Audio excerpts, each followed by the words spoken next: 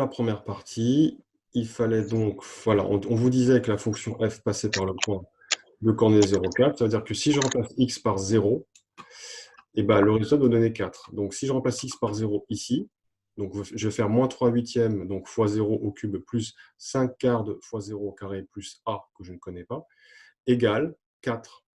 Et ça va me donner la réponse, parce que je vais trouver a égale 4 comme ça. OK? Donc, du coup, je vais trouver mon a grâce à cette équation-là. Je remplace x par 0 là-dedans. Et sachant que mon résultat doit être 4, je vais me trouver avec moins 3 huitièmes de 0 au cube, plus 5 quarts de 0 au carré, plus petit a, égale 4. Et donc, a va être égal à 4. Donc, en déduire l'expression de f de x, c'est pareil. Et bien là, du coup, ça veut dire que je vais avoir f de x égale moins 3 huitièmes de x au cube, plus 5 quarts de x au carré, plus 4.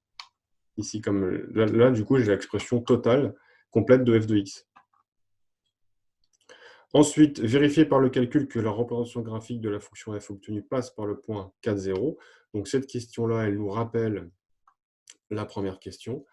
Hein, puisque A appartenait à la courbe, je remplaçais x par 0, j'obtenais 4. Ben, je vais faire pareil pour B. Ça veut dire que si je remplace x par 4, je vais trouver, à la fin, 0. 0. Voilà, bien joué. Donc, du coup, si je remplace x par 4, ici, je vais remplacer x par 4. Donc, ça va faire moins 3 huitièmes fois 4 au cube, plus 5 quarts fois 4 au carré, plus 4. Et normalement, le résultat, je vais trouver 0. Donc, vous ferez le calcul et vous me direz si vous trouvez bien 0 en remplaçant x par 4. Deuxième partie, étude de fonction. Donc ça, c'est quand même plus classique. C'est ce qu'on avait vu en cours. On vous donne une fonction du troisième degré, donc, qui est la même en fait. On voit bien que c'est la même parce que moins 3 huitièmes, combien ça fait? Ben, ça fait moins 0,375. 5 quarts, si je fais 5 divisé par 4 à la calculatrice, ben, je vais trouver 1,25. Et là, petit a, il vaut 4. Donc je remplace. Voilà. Donc la fonction f, elle apparaît ici. Il faut calculer la dérivée f'. Donc ça, je vous laisserai faire. Ce n'est pas compliqué. Comment on calcule une dérivée? Vous allez voir à la fin du document, vous avez tout ce qu'il faut. Hein. Je rappelle que la dérivée d'un nombre, c'est 0. La dérivée d'ax plus b, c'est a. La dérivée de x carré, c'est 2x, etc. Voilà, ça veut dire que tu mettras f' de x égale moins 0,375 fois, et tu remplaces x cube par sa dérivée, plus 1,25 fois, et je remplace x carré par sa dérivée, plus 0, hein, puisque la dérivée de 4, c'est 0. Parce que là, je veux savoir dans la question 2, quand est-ce que la fonction dérivée s'annule. Une équation du second degré égale à 0. J'utilise quoi? Comment on résout une équation du second degré avec? Avec delta et tout ça, là. Bien joué, bien joué, bien joué. Vous allez trouver normalement un delta positif avec deux solutions, x1 et x2. Et là, par contre, dans la question 3, on vous parlera de la solution strictement positive. Donc, ça veut dire que l'autre, elle sera négative en principe, et vous allez prendre que la positive. Et du coup, on va l'appeler m. Alors, pourquoi on prend que la positive? Parce que la fonction, on a dit qu'elle a été définie entre 0 et 4. C'est-à-dire que mon x, il ne peut pas être plus petit que 0, il ne peut pas être plus grand que 4. Et du coup, on va vous demander une valeur arrondie au dixième de m. OK? Donc, si vous trouvez, je ne sais pas, 2,6, enfin 2,62, vous allez dire que ça fait 2,6. Si vous trouvez 1,89, vous allez dire que ça fait 1,9, etc. Vous allez arrondir au dixième. Après, et c'est là que ça devient intéressant, vous allez utiliser GeoGebra et vous allez représenter graphiquement f'. Voilà, donc là, qu'est-ce qui se passe sur GeoGebra? Donc là, je vais sur gris ici pour voir les trucs, voilà.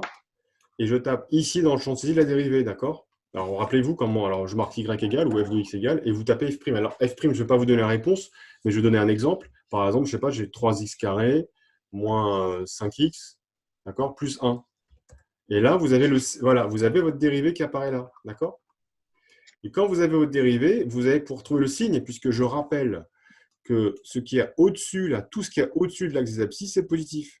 Donc là, par exemple, dans cet exemple précis ici, si je mets un point A ici et un point B ici, voilà, tout ce qui est positif, ce sera donc cette partie-là et cette partie-là. Donc on voit bien que cette dérivée, d'abord, elle va être positive, puis de moins l'infini jusqu'à, on va dire, 0,23, puisque j'ai l'abscisse qui est là. Après, entre 0,23 et 1,43, eh ben, la dérivée, elle sera négative. OK? Et après, entre 1,43 et plus l'infini, on voit que cette dérivée-là, elle est positive. Donc, grâce à une fonction que vous avez tracée directement sur GeoGebra, vous pouvez en déduire directement le signe. Donc, voilà. Donc, à l'aide de GeoGebra, représenter l'arc AB. Donc là, bon, c'est pas très compliqué. Là, vous allez prendre la fonction qui est là, et vous allez la tracer sur GeoGebra. Vous tapez y égale ici, là, et vous avez l'arc entre 0 et 4, quoi. calculer P2A, P2B. Alors, comment est-ce qu'on fait? Je vous écoute. Oui, comment je fais pour calculer une probabilité de manière générale? Par exemple, si je tire sur un jeu de 32 cartes, quelle est la probabilité si je tire une carte, de tomber sur un as? 4 sur 32, très bien Mathis. Pourquoi? Parce qu'il y a 4 as sur 32 cartes possibles. Donc une probabilité, c'est le nombre de cas possibles sur le nombre de cas au total. Donc là, il faut compter, ici pour P2A, combien il y a de circuits électroniques qui provient de l'atelier A. Et après, je vais diviser par le nombre total de circuits. Après, nommer l'événement B interdé. Ça veut dire quoi, B interdé, là? Ça veut dire quoi? Ah, c'est et, non? Voilà, le OU, c'est union, c'est le U en fait. Mais là, comme il y a l'envers, c'est inter. Ah oui, oui, Voilà, d'accord. ça veut dire que c'est l'un et l'autre. Il faut compter le nombre de circuits qui proviennent de l'atelier B et qui sont en même temps défectueux. Donc ça sera à vous de me trouver ce résultat-là. D'accord? Et après, en déduire la probabilité que le circuit prélevé provienne de l'atelier ou soit défectueux. Donc ça va être quoi ça?